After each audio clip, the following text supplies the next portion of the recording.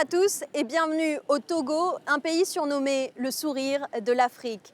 Nous sommes ici à Lomé, la capitale, devant le monument de l'indépendance, indépendance acquise le 27 avril 1960. Nous allons partir à la découverte de ce pays peuplé par une mosaïque de peuples avec leurs différentes cultures et traditions. Une cinquantaine d'ethnies vivent à l'intérieur de ces frontières. Pour commencer, nous allons vous amener dans un lieu unique qui attise les curiosités.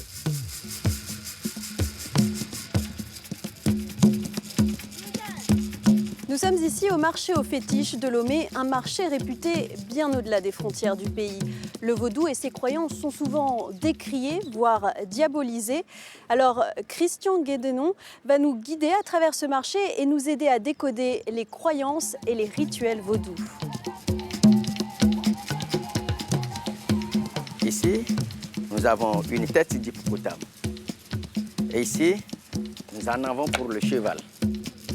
Tête et peau d'animaux, plumes d'oiseaux, reptiles ou encore queue de bœuf figurent parmi les produits que l'on vient acheter ici. Chacun a une utilité spécifique. L'asthme est une maladie courante qui se traite avec ces ingrédients. Ici, nous avons le pangolin, plus les carapaces de tortue, surtout tortue de brousse, plus quelques herbes spécialement choisies, le tout réduit en poudre, mélangé au miel et on est guéri. Ça marche? Ça marche. Le vaudou est né au XVIIe siècle dans le royaume du Dahomey, situé dans l'actuel Bénin. Dans cette religion, le dieu suprême est un couple créateur, Mahou et Lissa. Ils ont donné naissance à une multitude d'esprits, les vaudous. Ces divinités représentent le plus souvent des forces de la nature, comme la mer ou le tonnerre. Christian Guédenon nous emmène voir un guérisseur qui pratique les rituels vaudous.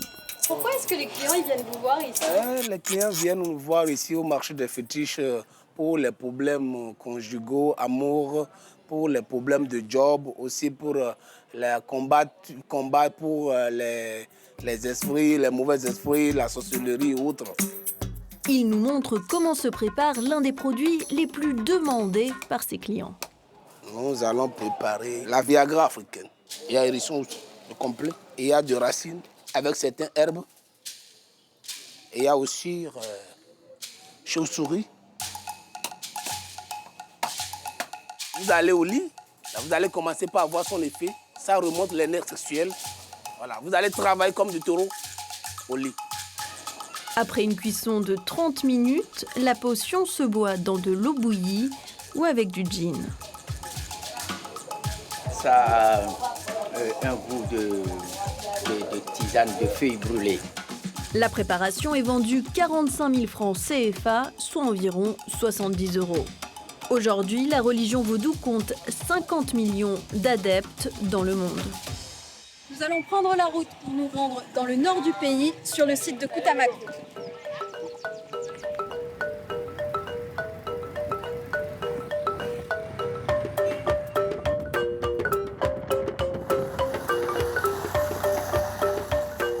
Nous voici arrivés au pays des Batamariba, traduisez ceux qui façonnent la terre. Koutamakou fait partie des sites immanquables du Togo, tant pour sa population restée ancrée dans ses traditions ancestrales que pour le style architectural de leurs habitations qui ressemblent à de petites forteresses. On les appelle les takienta ou tata. Construites en terre séchée, ces maisons sont caractéristiques du Koutamakou. Avec leurs 2 tourelles, leurs murs élevés et une seule porte d'entrée, ces habitations sont conçues pour se protéger des agressions extérieures. Avides de liberté, les Batamariba n'ont jamais été asservis par les différents royaumes de la région, ni par les esclavagistes ou les colons. Une tata, avant, c'était construit pour éviter les ennemis et les animaux sauvages. Parce que partout, il y a les trous. De ça, pour envoyer les fraîches. Une conception qui s'accorde aussi avec les croyances du peuple tamari. La porte d'entrée est toujours orientée vers l'ouest, où se situe le paradis de leur dieu créateur nommé Cuyer. Le rez-de-chaussée abrite le bétail et les morts, avec des autels construits pour les ancêtres. Dans la croyance tamari, les morts ne sont pas morts, ils vont dans l'au-delà. Et ils ont une relation avec les vivants. Donc ça veut dire que Tout jeune enfant qui naît est une renaissance de quelqu'un qui est déjà mort. Et ces personnes-là sont représentées par des autels sur lesquels nous faisons des sacrifices. L'étage, qui ressemble à une grande terrasse, est réservé aux vivants. C'est là qu'ils mangent et dorment. Ce trou, c'est la porte d'entrée donc, de la chambre des enfants. Donc, ils peuvent rester là à l'intérieur à 3, 4, 5, 6, voire 8. Et donc, pour y accéder, on y va comme cela. Voilà. Voilà.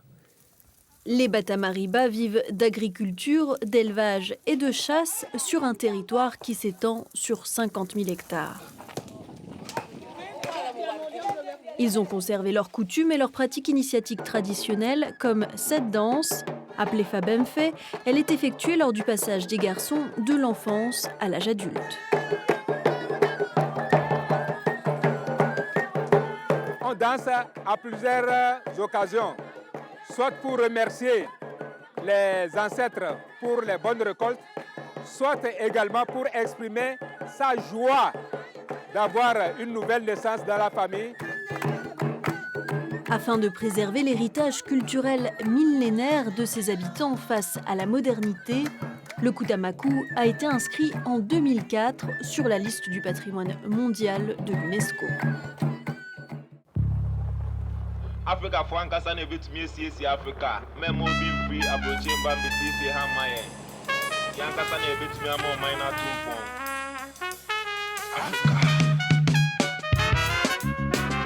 Bonjour. Bonjour, bienvenue chez moi, Wezonlo, comme ça c'est dit en togolais. Ouais.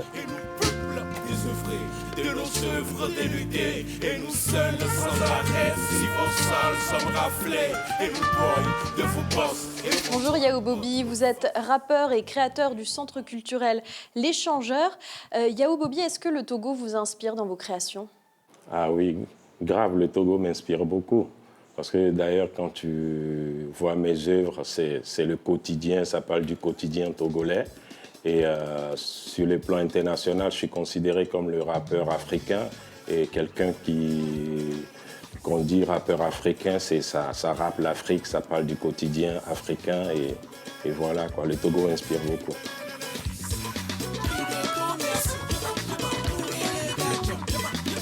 Vous décrivez comme un artiste engagé, un agitateur de conscience. Comment alliez-vous cet activisme à votre démarche artistique?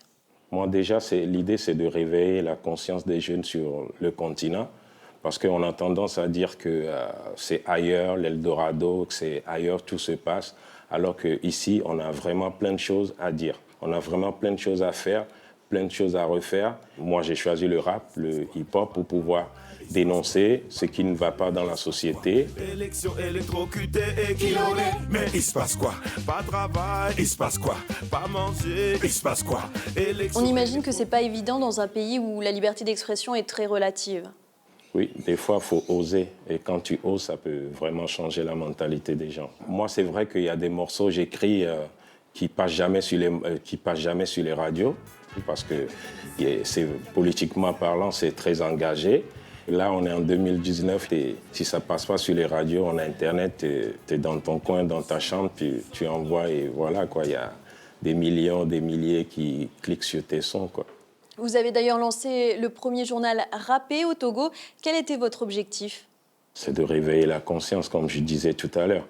C'est-à-dire, au tout début, on a parlé de ce projet à plein de gens. Tout le monde était derrière nous. Ah ouais, c'est bien, on va vous soutenir, tout ça. Mais quand on a sorti le premier numéro, tout le monde s'est reculé quand c'est politique parce que personne n'ose. Donc ça va rester comme ça. Si on n'ose pas, ça ne va jamais changer. Regarde dans les autres pays où on parle de révolution, tout ça, parce qu'ils ont osé. On a fait le premier journal rappé. Franchement, on a eu... les gens nous ont rappelé, mais il faut arrêter ça. Vous savez comment ça se passe au pays. Mais il faut oser. Quand tu n'oses pas, tu ne vas jamais changer ce monde, quoi. Un autre monde est possible, comme on dit. Et le peuple qui en a marre réclame les hôpitaux, un président pour le Togo. Ce n'est pas à Kara qu'on mène le combat. La coalition de l'opposition a été entourée de compassion auprès des victimes des manifestations. Vous avez aussi créé le festival Désenchaînés, un événement qui prône un retour aux origines plutôt que de copier des artistes américains ou européens. Oui, disons, ici au Togo, surtout dans ce village à Bodrafort, je trouve qu'il y a plein de choses à développer. Et historiquement parlant, c'est un village qui a plein de trucs, plein d'histoires à raconter. Pendant le festival, on fait plein d'ateliers, on invite les dames, les femmes africaines, les européennes, ensemble, on lance des débats qu'on développe ensemble. Il y a des danses traditionnelles et ça nous permet de faire voyager la culture d'ici à l'international et nous aussi d'apprendre ce qui se passe de l'autre côté. Yao Bobi, un artiste fier de ses racines. Merci d'avoir été avec nous. Visage palu, religieux élu, autoproclamé. Hôpitaux vétus, c'est la mort au salut avant que Dieu l'ait programmé.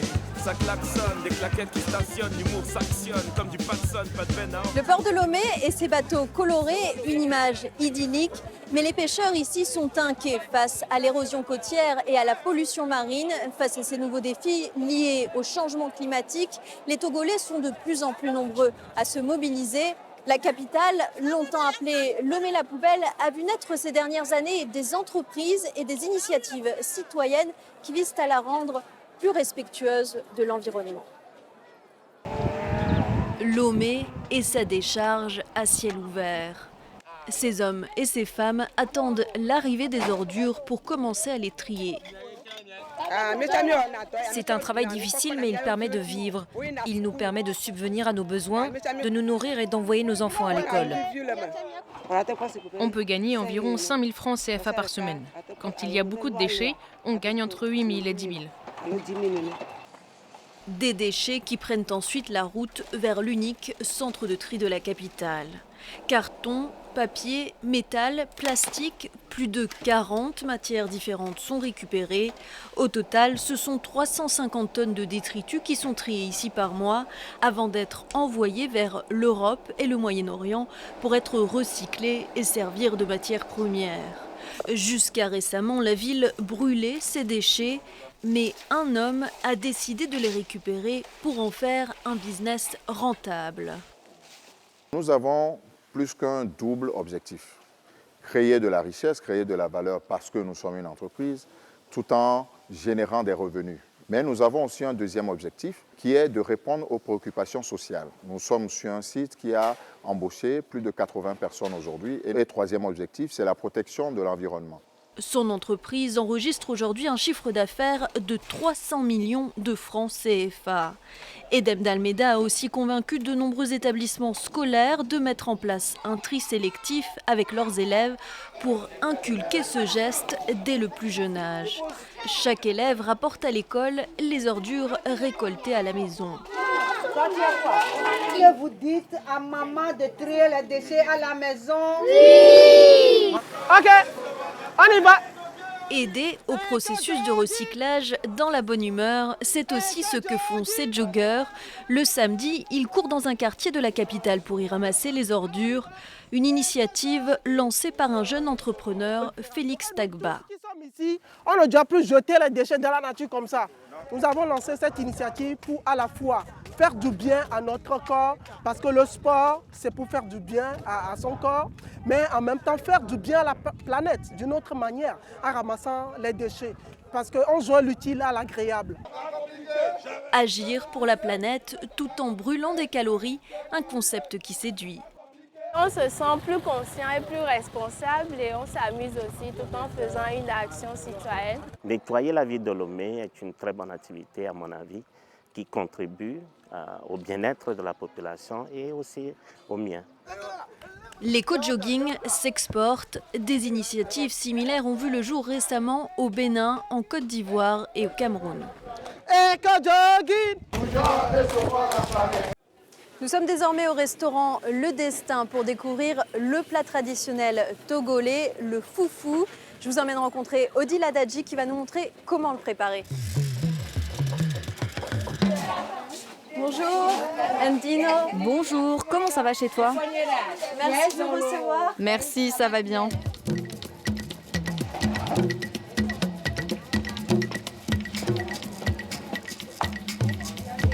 Donc ça, c'est l'ingrédient principal pour fabriquer le foufou l'igname. Oui, pour commencer, il faut l'éplucher. On enlève toute l'écorce et puis on la coupe en gros morceaux. Impressionnant par sa rusticité, ce tubercule noir qui ressemble à une grosse pomme de terre possède une chair farineuse et blanche, parfois jaunâtre. Très consommé au Togo, comme partout en Afrique de l'Ouest, il est riche en vitamines, fibres et glucides. Maintenant, on lave les bouts coupés avec de l'eau. Ensuite, il faut faire cuire les morceaux d'igname dans de l'eau bouillante pendant 30 minutes jusqu'à ce qu'ils deviennent tendres. Maintenant que c'est cuit, on va le retirer du feu.